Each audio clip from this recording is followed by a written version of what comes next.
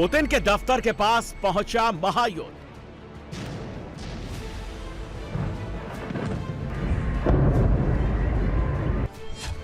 Kremlin से 15 kilometre दूर Ukraine का भीषण हमला।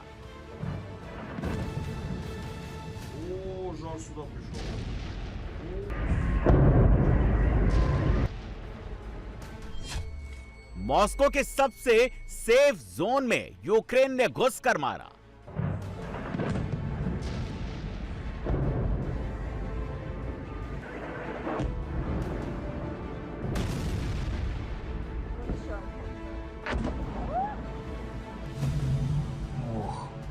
मॉस्को धू धू कर जल रहा है। आग की गगनचुंबी लपटें उठ रही हैं। धुएं का गुब्बार आसमान को चूम रहा है। ये मॉस्को का कपोटन्या ऑयल रिफाइनरी है। क्रेमलिन जहां पुतिन का दफ्तर है, वहां से सिर्फ 15 किलोमीटर दूर है। जमीन से आसमान तक यहां कई लेयर की कड़ी सुरक्षा रहती है। Air defence system round the clock active रहते हैं। फिर भी मॉस्को की सबसे सुरक्षित ऑयल रिफाइनरी पर हमला हो गया। यूक्रेन ने रिफाइनरी पर आग बरसा दी।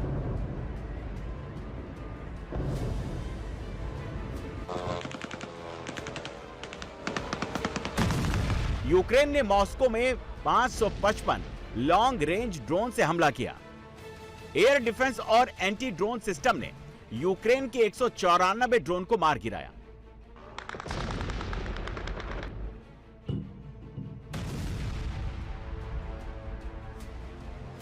यूक्रेन के 350 से ज्यादा ड्रोन रूसी एयर डिफेंस को चकमा देते हुए सीधे ऑयल फैक्ट्री से टकराए। इसके बाद फैक्ट्री की छत उड़ाई गई। रिफाइनरी से आग के शोले उठने लगे। आत्मघाती ड्रोन की टक्कर से रिफाइनरी के क्रूड ऑयल प्रसंस्करण यूनिट और डीजल हाइड्रो ट्रीटिंग प्लांट में भीषण आग लग गई।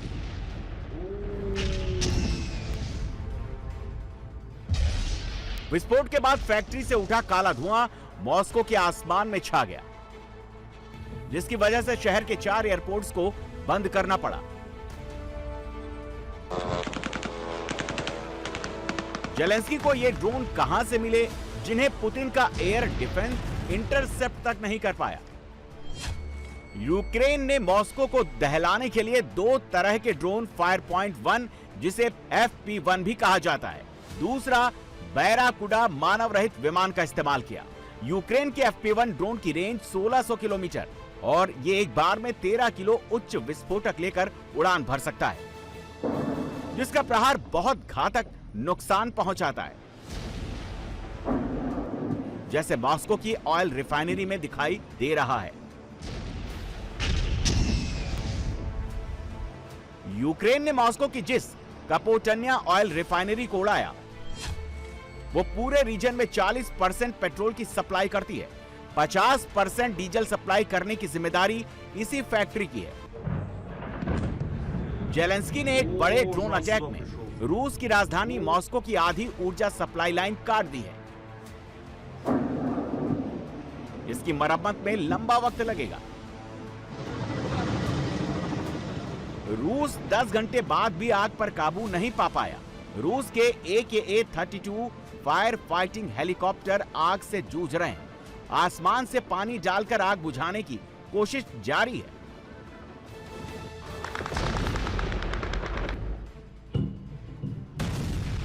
जेलेंस्की ने इस हमले से पुतिन को बहुत बड़ा चैलेंज दिया है। पुतिन को सोचने पर मजबूर कर दिया है। अगर यूक्रेन के लंबी दूरी के ड्रोन मॉस्को में घुसकर रिफाइनरी उड़ा सकते हैं, तो बैलिस्टिक मिसाइलें कितना बड़ा धमाका कर सकती हैं। जेलेंस्की ने मॉस्को पर हमले के लिए यूक्रेनी फोर्सेस की जमकर तारीफ की। साथ में लिखा, मॉस्को पर अटैक कीव पर हमले का बदला है। पुतिन बातचीत की टेबल पर आए, वरना अब यूक्रेन रुकेगा नहीं। यूक्रेन अब 1000 किलोमीटर दूर जाकर रूसी अड्डों और संयंत्रों को उड़ा रहा है। एक हफ्ते में यूक्रेन ने मॉस्को से 500 किलोमीटर दूर तुला रिफाइनरी को उड़ाया। यारोस्लाव में तेल डिपो पर हमले किए। क्रीमिया प्रायद्वीप को रूस से जोड़ने वाले पुलों को निशाना बनाया है।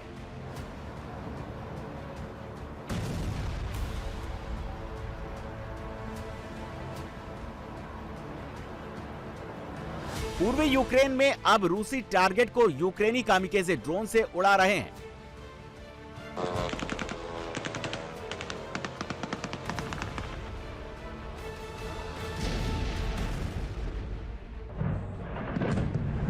ये रूस का एक तेल सप्लाई करने वाला टैंकर है, जिसे यूक्रेन ने कामिकेजे ड्रोन से टारगेट करके तबाह कर दिया। आत्मघाती ड्रोन के टक्कर होते ही टैंकर के परखच्चे उड़ गए। रूस के बेलगोरोद रीजन में यूक्रेन ने ड्रोन अटैक कर बीच सड़क में एक रूसी सिविलियन ट्रक को उड़ा दिया।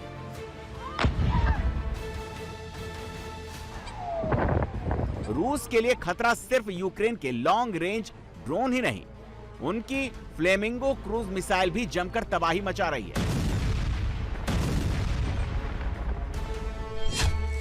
यूक्रेन की फ्लेमिंगो क्रूज मिसाइल 3000 किलोमीटर तक मार कर सकती है। सबसे बड़ी बात, जहां आम क्रूज मिसाइलें 450 किलो का विस्फोटक लेकर उड़ान भरती हैं, वहीं फ्लेमिंगो मिसाइल 1150 किलो वॉरहेड ले जा सकती है।